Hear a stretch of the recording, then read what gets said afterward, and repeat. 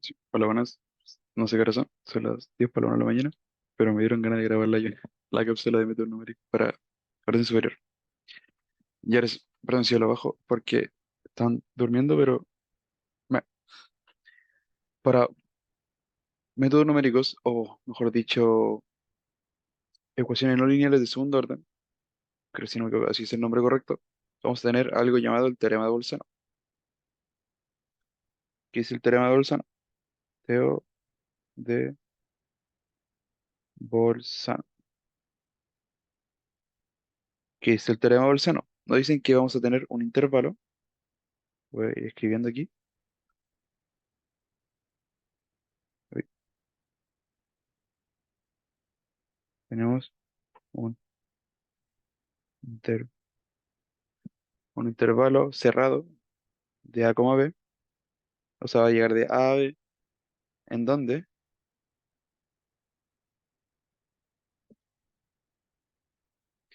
si mi función evaluada en A por mi función evaluada en B da menor a cero, o sea, ¿qué quiere decir esto? Que ambos resultados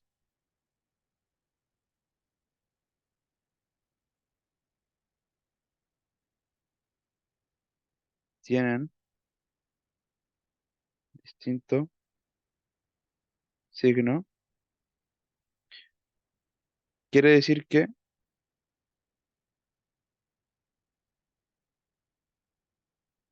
uy, qué feo esto, quiere decir que existe al menos una raíz en ese intervalo. Ya, entonces, a partir de esto, nace el método de bisección. O en vez de nacer, se puede basar el método de bisección. ¿Qué quiere decir método de disección? Dice lo siguiente.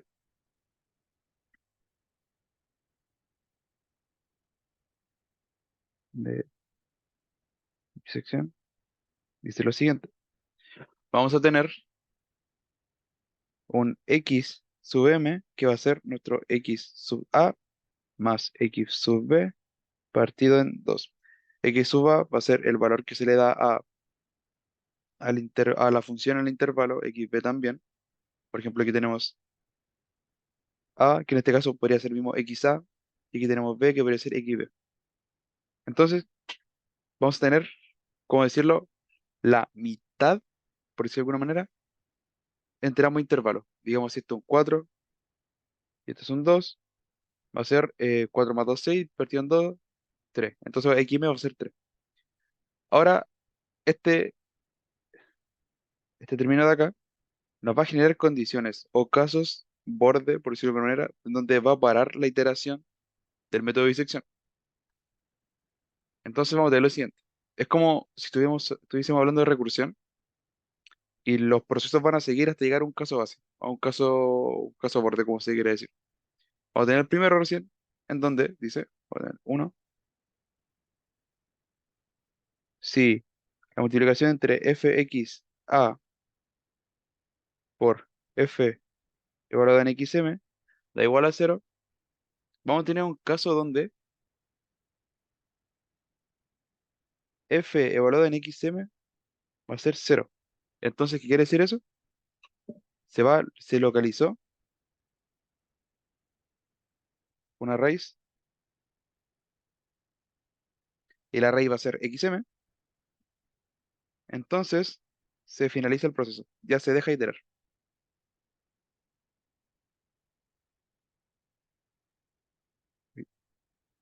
Proceso. Vamos a tener un segundo caso, porque son tres, en el que dice lo siguiente. Si f evaluada en xa por la función evaluada en xm es menor a cero, o sea, es negativa, vamos a tener, o mejor dicho, f tiene una raíz en el intervalo xa xm. O sea que la raíz va a estar entre nuestros valores xa o a, en este caso, nuestros valores xm.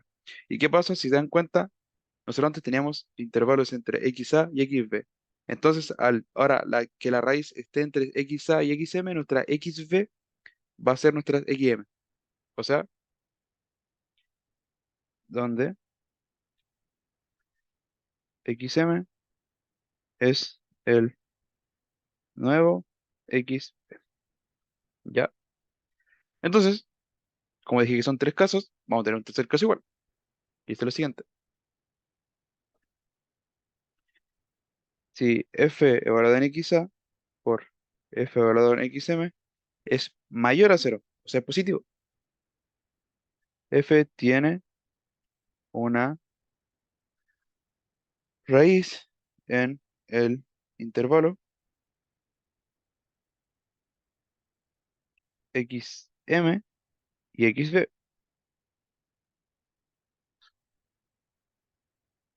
donde xm es el nuevo xa. Entonces, aquí tenemos los tres casos base o condición de borde para poder parar la iteración. Digamos, vamos a tener, vamos a estar acá para el tiro, ya que nuestra mitad, por decir, nuestra xm va a ser igual a cero, o sea, evaluada la función va a ser igual a cero, entonces para el tiro ya que es una raíz de la función. En el caso contrario, tenemos estas dos opciones. Pues, por ejemplo, puede pasar esta, después puede pasar esta de nuevo, después puede volver a ocurrir esta, y así, pero la idea es que tiene que llegar hasta acá, o al menos que se aproxime mucho a una solución, se aproxime mucho a una, ¿cómo decirlo? Una, entre comillas, proposición de solución, que se está acercando mucho al cero. Puede ser infinito la iteración, sí, pero en algún momento va a llegar a parar. A menos que se coloque otro caso de borde en el que, por ejemplo, ya si mi función va a ser igual a -1, ahí se para, ¿cachai? Pero depende mucho. Entonces, voy a hacer un pequeño ejemplo con una función súper pequeña, o súper simple, mejor dicho. Vamos a decir lo siguiente. Mi función va a ser fx va a ser x más 3.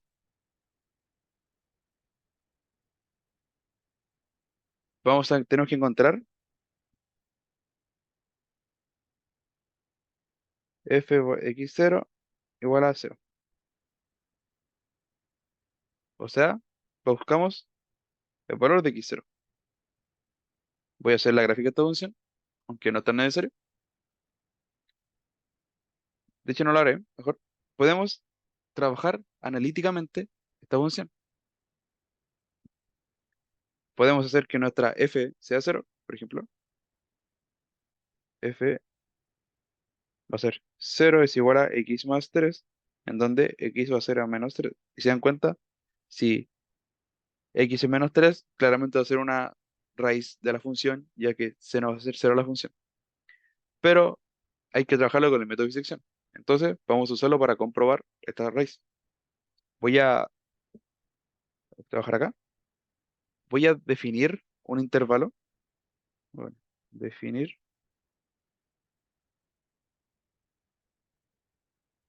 intervalo a, b, hacia al azar, tal que fa por fb de menor a cero. Entonces, por ejemplo, voy a partir súper simple con el f evaluado en cero. Claramente va a ser cero más 3 y esto da 3.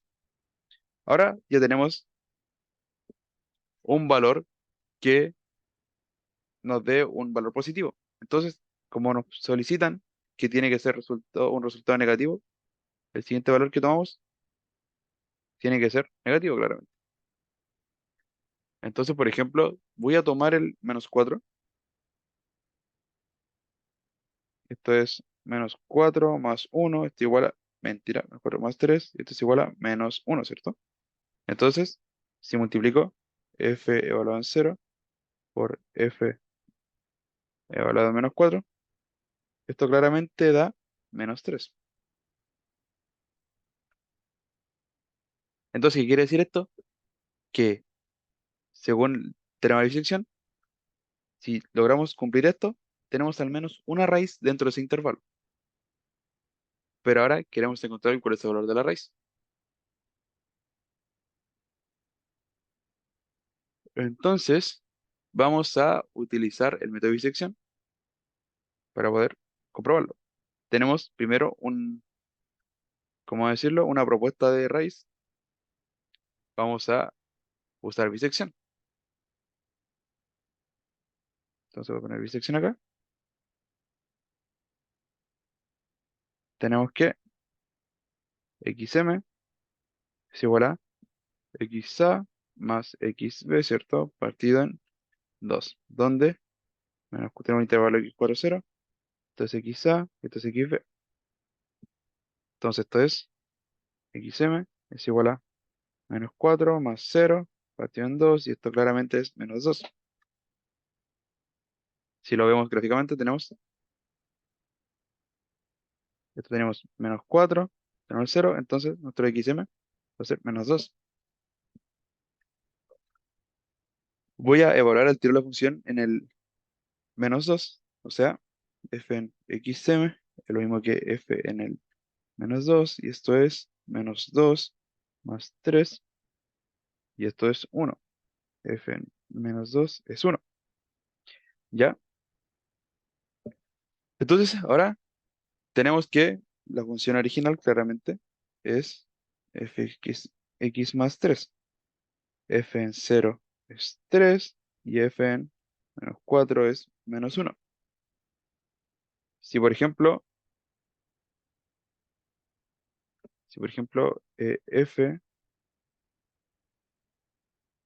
si f -4 por f -2, o sea, valor negativo por un valor positivo, me da -1 por 1, y esto claramente es -1, y esto menor a 0. Entonces se sigue cumpliendo el teorema de Bolzano. ¿Y qué pasa? Voy a verificar si con el otro valor, o sea, por ejemplo, con xb y xm se sigue cumpliendo el teorema de Bolzano. Vamos a tener que, eh, si f0 por f menos 2 es igual a 3 por 1 mayor a 0, claramente mayor a 0. Pero ¿qué pasa? Esto no nos indica una existencia de una raíz. Puede haber raíz, como no puede haber. Entonces tiene que seguir iterando. Ujú. Pero entonces voy con eso, voy a seguir con el otro intervalo, con el que me importa, con el que sí cumplí el teorema de Bolzano. Voy a tener aquí entonces mi nuevo intervalo, -4 -2. Entonces mi xm va a ser -4 menos 2, tira -4 -2, serían 2, y esto es -3, claramente. Entonces voy a evaluar el x -3, f -3 es igual a -3 más 3, 0. Ojo, dio 0. Entonces vuelvo a tener que f en -4 es -1, f en -2 es 1. Entonces vuelvo a iterar. Si multiplico, por ejemplo, el f de xa por el f de xm, o sea, f de -4, porque este es xa, por f -3, claramente esto me da 0. ¿Por qué? Porque es -1 por 0, y esto es 0. Entonces, quiere decir que xm es raíz de f de x. Si se dan cuenta, llegamos a la misma solución analítica. ¿Dónde está? Me perdí. Aquí está. Llegamos a la solución analítica. Y así trabaja el teorema de bisección. con Bolzano, claramente. Ahora voy a pasar al de Newton-Raphson. Dame un segundo. Ahora sí, voy a partir con Newton-Raphson, que es como la última que voy a ver. Después voy a subir una cápsula de resolviendo mi PEP, que es la que me tocó, que me pedían Newton-Raphson. Entonces, Newton-Raphson trabaja de la siguiente forma.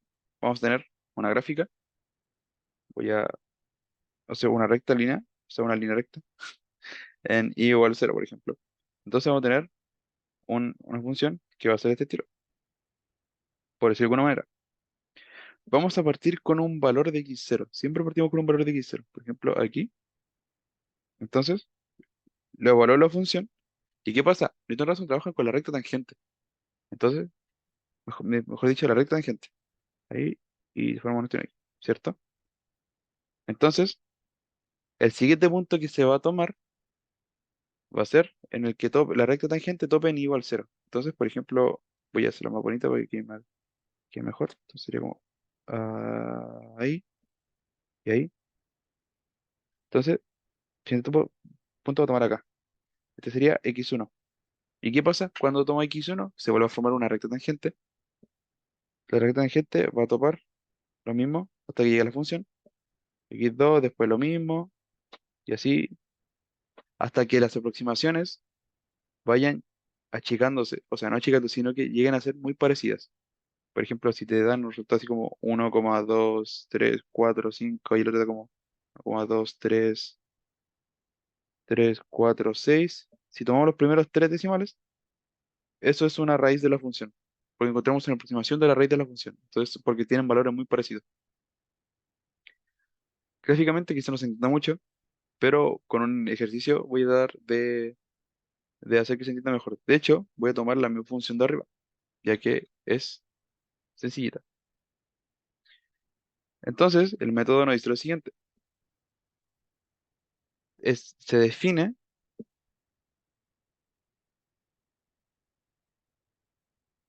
como la sucesión de aproximaciones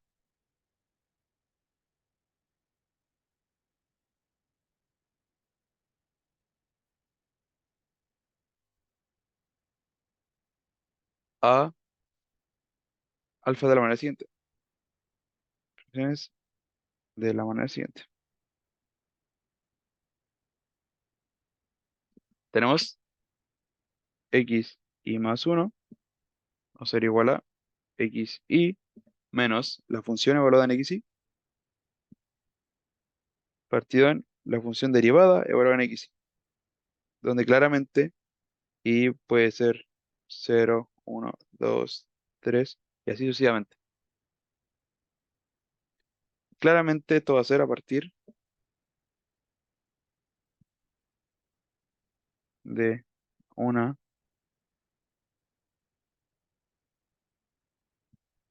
función x0 dada, o sea, que no tiene un x0 y siempre que mi función derivada o evaluada en x y, o en x0 mejor dicho, sea distinto a 0. Porque claramente si esto es 0, se determina al tiro. Entonces voy a hacer el ejemplo anterior. Tenemos f de x es igual a x más 3. So, tenemos eso. Tenemos f de x prima, claramente porque derivamos la función, que es igual a 1, porque la derivada de x es 1 y la derivada de 3 es 0 y es una constante. Vamos a partir con un x0 igual a 0. ¿Ya? Entonces, xy más 1 es igual a xy menos f de xy. Ahí sí. Entonces partimos con y igual 0, ¿cierto? Entonces x1 va a ser x0 menos x0, x0. Ahí sí, ¿cierto? Entonces, reemplacemos los valores que nos dan. X1 va a ser 0, ¿cierto? Menos la función evaluada en x0, que sería 3, partido en la función derivada que es 1. Y esto nos da menos 3, claramente. Entonces, x1 va a ser menos 3. Y ahora lo mismo, iteramos de nuevo, ahora con i igual 1, porque va avanzando. Va a ser x1 menos la función evaluada en x1, f función x1.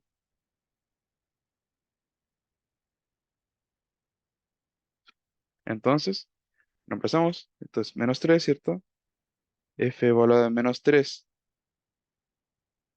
es 0, partido en 1. Y se dan cuenta, esto es menos 3. Entonces esto es x2. Y se dan cuenta, si les di, como les dije anteriormente, cuando encontrar una raíz, cuando los valores se parezcan mucho o sean iguales. Revertir, por ejemplo, x1 le da menos 2, x2 da menos 3, x3 da menos 3, y ya para asegurarnos, un x4 también me da menos 3. Entonces, las raíces van a ser estas, o en su caso, en menos 3. Y ahora, viendo el ejemplo, se dan cuenta, tenemos raíces que se repiten. Y que se repiten, si volvemos a evaluar, van a dar los mismos resultados, y así sucesivamente. Entonces, ¿qué podemos decir? Que x1 es igual a x2 es igual a menos 3, es una raíz de f. Y ahí tenemos listo Newton-Raphson. Al igual que los anteriores métodos numéricos, es recomendable que, por ejemplo, si dan decimales muy grandes, vayan guardando los resultados en la variable de su calculadora para después llegar y utilizarlo, para que se le haga mucho más sencillo el proceso y todo eso. Y eso más que nada vendría siendo Newton-Raphson y bisección y teorema de Bolzano. No es tan largo, de hecho diría que es más accesible que los anteriores métodos numéricos, pero igual hay que saber cómo trabajarlo. Así que eso.